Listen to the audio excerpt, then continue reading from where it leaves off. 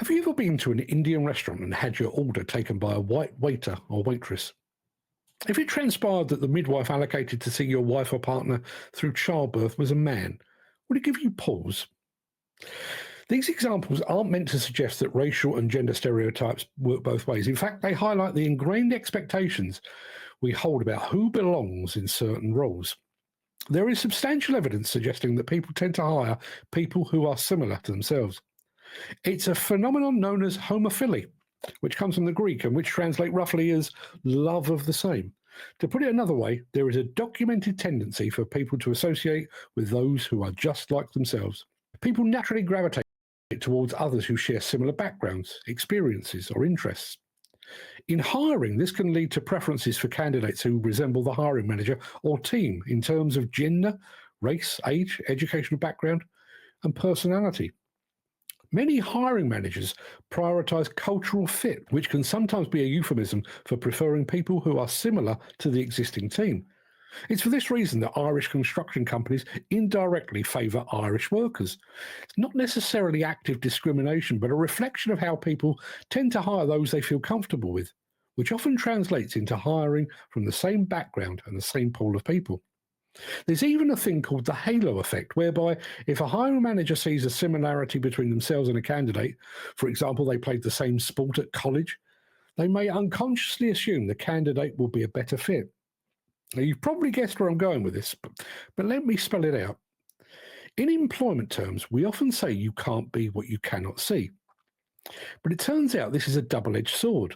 Not only are there precious few female, gay, transgender, or ethnic minority role models in demolition and construction, the affinity bias that we already have in the sector means that the gender, sexual, and racial imbalance will remain for the foreseeable future. Now, a 2004 study found that CVs with white-sounding names received significantly more callbacks than identical resumes with black-sounding names. In many instances, this was a subconscious process that wasn't even linked to racism. In all likelihood, that same bias exists today in the HR departments of demolition and construction companies across the land, favouring candidates called Steve and Bob over equally qualified applicants called Sarah and Belinda. And this is exactly where DEI, diversity, equity, and inclusion comes into play. If hiring tends to favour those similar to us, then naturally the demographics of an industry will remain unchanged unless there's a conscious effort to broaden recruitment practices. Lots of people, not least the current resident of the White House, have had a lot to say about DEI of late, but I think that he and they are missing the point. Now, some organisations have misinterpreted DEI as a box-ticking exercise, hiring based on identity rather than merit. But that wasn't the intention.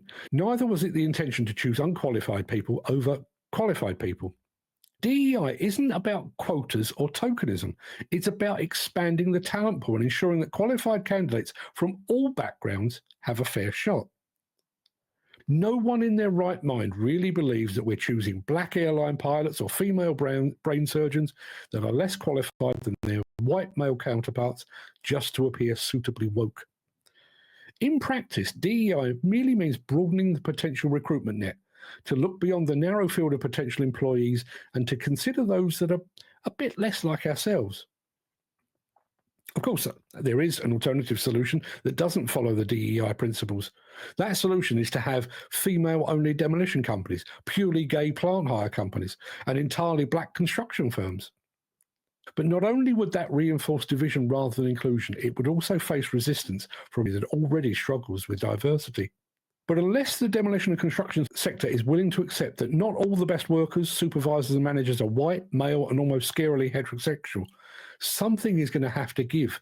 As it stands today, demolition and construction companies are looking out upon a vast ocean of potential employees, but they're casting their recruitment net right in front of themselves, fishing in familiar waters, fishing time and time and time again from the same shoal.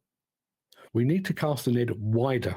When all is said and done, it's vital that each industry recruits the best, most suitable, most experienced, most competent, and most qualified to take on these vital roles in demolition and construction. And unless we can bring ourselves to consider those that are not necessarily like us, how do we know if we're getting the best candidate or merely the most convenient one?